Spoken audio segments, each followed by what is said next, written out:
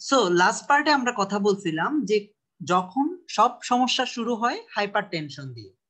Hyper tension হলে কি হয়? হাইপার টেনশন হলে এখানের মধ্যে ব্লাডটা ভারী হয়ে যায়, ব্লাডের টেনশনটা বেড়ে যায়। ভারী হয় কিভাবে? ধরো তোমার ওজন বেশি, অবেসিটি বা ডায়াবেটিস মেলাইটাস, সবকিছু আলটিমেটলি তোমার ব্লাডের মধ্যে গ্লুকোজের পরিমাণ বাড়ায় দিচ্ছে, তোমার ব্লাডের মধ্যে ফ্যাটের পরিমাণ বাড়ায় দিচ্ছে, ব্লাডটা ভারী হয়ে যাচ্ছে। ভারী হলে ব্লাডের এই চামড়াগুলোতে ঘষা বেড়ে যাচ্ছে, ঘষা বেড়ে যাওয়ার কারণে চামড়াগুলো, ব্লাড ভেসেলের যে চামড়াটা, এটা নষ্ট হয়ে যাচ্ছে। ফলে এখানের মধ্যে প্লাটিলেট এসে জমা শুরু করছে। তাহলে তুমি চিন্তা করে দেখো, প্লাটিলেট এসে জমা হচ্ছে, এর মধ্যে তোমার ফ্যাট যেগুলো আছে এগুলো ঢুকে যাচ্ছে।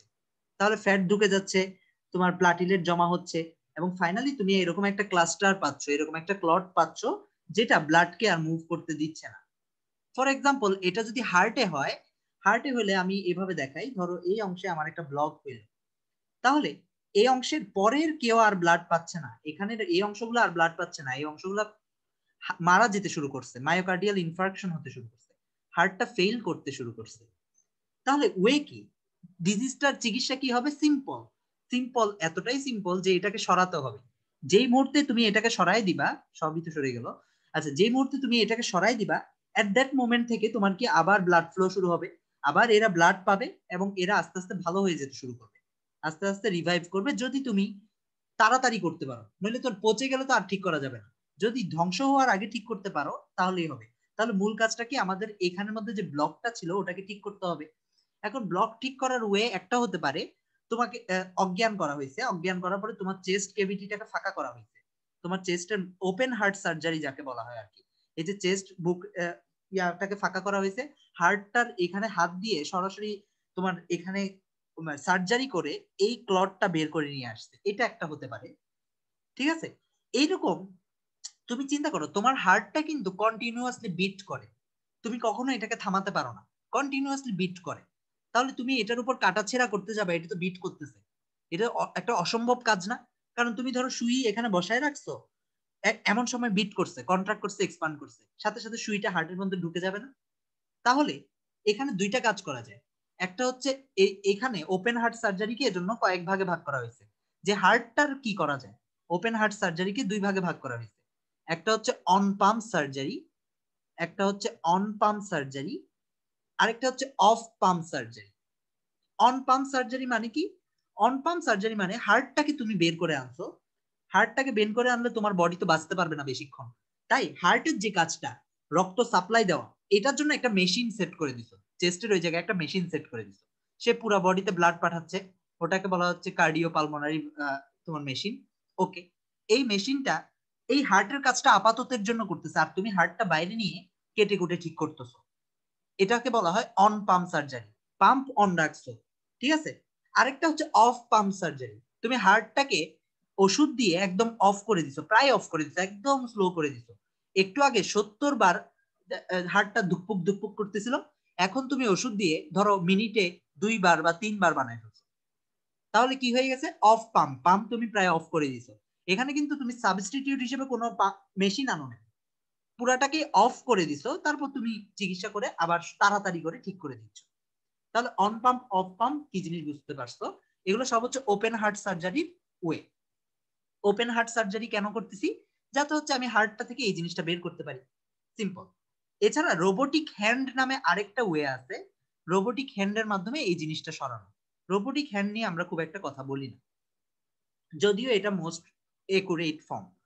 এরপর আমরা চলে যাই, এরপরে তুমি যদি তাকাও, আচ্ছা গেল, আরেকটা কাজ করা যায় কিনা দেখো তো। এখানের মধ্যে ব্লকটা আমরা কোনো কিছু করবো না, এত কাহিনী করে ব্লকটা তুমি কেটে কুটে ঠিক করার থেকে তুমি আরেক কাজ করতে পারো, এখানে একটা আলাদা রোড ক্রিয়েট করে দিতে পারো, যেটাকে বলা হয় বাইপাস সার্জারি। এখানে একটা বাইপাস করে দিতে পারো। ঠিক আছে? বাইপাস করলে দেখো তো, একটু আগে এখানে কোনো রক্ত আসতেছিল না, এই এরিয়াটাই ব্লু যেটা করলাম, এই এরিয়ায় কোনো রক্ত আসতেছিল না, বাইপাস করছো আর রক্ত সব এদিকে আসতে শুরু করছে না এখন। তাহলে কি আর ব্লকটার কোনো সমস্যা থাকতেছে?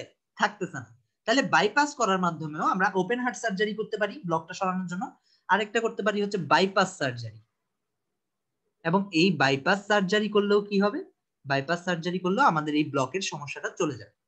ওকে, এখন বাইপাস সার্জারির জন্য তো তোমার এখানে আর্টারি লাগবে। আর্টারি কোথা থেকে পাবা? বাইরে থেকে তুমি তো সুতা এনে বসাই দিতে পারবে না এখানে, বা তুমি বাইরে থেকে অন্য কিছু এনে বসাতে পারবে না। তোমার বডির ভেতর থেকে একটা আর্টারি নিয়ে আসতে হবে। তোমার বডির ভেতর থেকে তুমি কোথা থেকে আর্টারি আনবা? যেখানে তোমার আর্টারি অনেক বেশি কিন্তু খুব একটা কাজে লাগে না, বা ভেইন যেখানে খুব একটা ব্লাড ভেসেল কাজে লাগে না। যেমন পায়ের থেকে একটা আর্টারি তুমি কেটে আনলা, হয়তো ওখানে একটা লেস ইম্পর্টেন্ট আর্টারি কেটে আনলা, এবং হাতের থেকেও কেটে আনতে পারো, এবং এখানে বসায় দিলা কেটে, যার মাধ্যমে ব্লাডটা যেতে পারতেছে। এটাকে বলা হচ্ছে বাইপাস। একটা বাইপাস রোড সৃষ্টি করছো সার্জারির মাধ্যমে, বাইপাস সার্জারি। ব্লকটা এভাবেও তুমি হার্ট ব্লকটাও কন্ট্রোল করতে পারো। থার্ড এবং আরেকটা ওয়ে থাকতে পারে, তুমি সরাসরি ধ্বংস করতে গেছো। ধরো এটা তোমার হার্ট, এখানে তোমার করোনারি আর্টারি যেটা হচ্ছে হার্টকে সাপ্লাই দেয়, ব্লাড সাপ্লাই দেয়, হার্টের মধ্যে বেল্ট আকারে থাকে। আর এখানে ধরো ব্লকটা, এখানে আছে ধরো ব্লকটা, এই ব্লকটা আছে এখানে। এখন কি করা যায়? সো এই ক্ষেত্রে আমরা কি করতে পারি? এই ক্ষেত্রে আমরা এটাকে ভেঙে দিতে পারি। এটাকে ভাঙবো কিভাবে? ধরো বডির বাইরে থেকে, বডির বাইরে যে কোনো একটা অংশ, ধরো তোমার হাত, এটা লেটস সে এটা তোমার হাত, এটা আরেকটা হাত, আমি একটা রাফ একটা ছবি আঁকি, এটা পা, ওকে। এখানে তোমার হার্টটা আছে। তুমি বডির যে কোনো অংশে ব্লাডের মধ্যে যদি কিছু ঢুকায় দাও, ব্লাডটা ফাইনালি কোথায় এসে পড়ে? এখানে এসে পড়ে, ঠিক না? এরপর হচ্ছে এখান থেকে করোনারি আর্টারিতে যায়, এই অংশটাই যায় করোনারি আর্টারিতে যায় অংশটা। তাহলে তুমি যেখান থেকেই, এখান থেকে যদি একটা সুই ঢুকায় দাও, একটা পাতলা সুই ঢুকাই দিলে, এটা ক্যারিড হতে হতে রক্তের মাধ্যমে এখানে আসবে, এবং এখানে আসার মাধ্যমে এখানে তুমি এটা কন্ট্রোল করতে পারবা। সুইটা তোমার কম্পিউটারাইজ থাকে, কন্ট্রোল করতে পারবা। তাহলে তুমি একটা রোবোটিক কিছু একটা দিয়ে এখানে একটা কিছু প্রবেশ করাইলা, এবং এটাকে ক্যারি করে করে করে করে তুমি এখানে নিয়ে আসলা। এখানে নিয়ে আসার পরে এটাকে ছিদ্র করে দিলা বা নষ্ট করে দিলা, এটাকে তুমি একদম ভেঙে দিলা। আমি একটা মুছে দিই, এটাকে ভেঙে দিলা, একদম ছিদ্র করে ফেললাম, ভেঙে দিলা। তখন কি ব্লাডটা ফ্লো হতে শুরু করছে না? এই প্রসেসটাকে বলা হয় এনজিওপ্লাস্টি। এনজিওপ্লাস্টি, আমার বানান ভুল হতে পারে। এনজিও মানে হচ্ছে ব্লাড ভেসেল, ব্লাড ভেসেলের তুমি ঝামেলাটা ঠিক করে দিচ্ছ। বা আরেকটা তুমি কাজ করতে পারো এখানে, আরেকটা কাজ হচ্ছে এরকম, যে এই বরাবর একটা বেলুন এনে, এই বরাবরে বেলুন এনে এভাবে করে বড় করে ফুলাইয়ে দিতে পারো। কম্পিউটারাইজ বেলুন তুমি কন্ট্রোল করে, রোবোটিক হ্যান্ড দিয়ে কন্ট্রোল করে আনছো, বড় করে ফুলাই দিছো, আলটিমেটলি এটা বেলুনের সাথে মিশে গেছে এবং হচ্ছে বড় হয়ে গেছে। এবং এভাবে তুমি কিছু একটার মাধ্যমে এটাকে যে সরাই দিচ্ছ, এটা হচ্ছে এনজিওপ্লাস্টি। সরাসরি লেজার পাঠানোর মাধ্যমে ধ্বংস করতে পারো। এটা আরেকটু বেশি ইফেক্টিভ না এই হাতে করার থেকে? তুমি কম্পিউটারাইজ ইজিলি করতে পারতেছো। এটা অনেক পরে আসছে, এগুলো আগে ছিল আর কি। সো এভাবেও তুমি করতে পারো। এই তিন ওয়েতে তুমি যখন ব্লকটা সরাই দিছো, আবার তুমি নর্মাল লাইফে ফেরত চলে গেছো। কিন্তু ব্লক না সরাইলে একসময় তোমার স্ট্রোক হবে, তুমি একসময় প্যারালাইজড হয়ে যাবে। ওকে। তো এনজিওপ্লাস্টি আমরা কি বুঝলাম? এনজিওপ্লাস্টির অনেকগুলা প্রকারভেদ আছে বইয়ের মধ্যে। তোমার আছে করোনারি স্ট্যান্টিং আছে। করোনারি স্ট্যান্ডিং হচ্ছে ওই যে সুইটা এনে এটাকে ধ্বংস করে দেয়, ওটা, এটা সবচেয়ে ফেমাস ওয়ে। এছাড়া বেলুন এনজিওপ্লাস্টি আছে, বেলুন এনজিওপ্লাস্টি আছে। তারপর তোমার লেজার এনজিওপ্লাস্টি আছে। এখানের মধ্যে সবচেয়ে বেশি ইউজ হয় কোনটা? Coronary standing. ওকে। এই তিনটা ওয়েতে আমরা ইয়া করতে পারি, হার্ট ব্লকটা চেঞ্জ করে দিতে পারি। এখন আরেকটা ওয়ে আমরা একটু যদি দেখি, আরেকটা ডিজিজ আছে যেটার জন্য পেস মেকার লাগে। আমাদের হার্ট কিন্তু একটা রিদমিক ওয়েতে চলে। তুমি যদি হাত দিয়ে দেখো, যেমন ধরো লাবডাপ লাবডাপ লাবডাপ, একটা ছন্দে ছন্দে চলতেছে। এই রিদমটা কখনো নষ্ট হয় না। কেন নষ্ট হয় না? কারণ রিদমটাকে কন্ট্রোল করতেছে কে? রিদমটাকে কন্ট্রোল করতেছে হার্টের এখানে যে ব্যাটারিটা আছে এসএ নোড, সে কন্ট্রোল করতেছে। সে একটা ইলেকট্রিক ইম্পালস পাঠাচ্ছে, যার কারণে এটা কন্ট্রাক্ট করতেছে, এই ইম্পালসটা মুভ করতেছে, তারপর ভেন্ট্রিকল কন্ট্রোল করতেছে, এবং সাউন্ডটা হচ্ছে লাবডাপ লাবডাপ। এবং এই ইম্পালসটা একটা নির্দিষ্ট সময়ে পর পর আসতেছে, পর পর আসতেছে, ঠিক আছে, একটা নির্দিষ্ট রিদমে আসতেছে। কোনো কারণে ধরো এই ইম্পালসে সমস্যা হইলো, এখানে সমস্যা হইলো, তাহলে কি হবে? তাহলে তোমার এই যে একটা রিদমে চলতেছিল, এই যে একটা লাবডাপ লাবডাপ একটা রিদমে চলতেছিল, এই রিদমটা নষ্ট হয়ে গেছে। তখন এই ডিজিজটাকে বলা হয় অ্যারিদমিয়া। অ্যারিদমিয়া হলে কি হবে?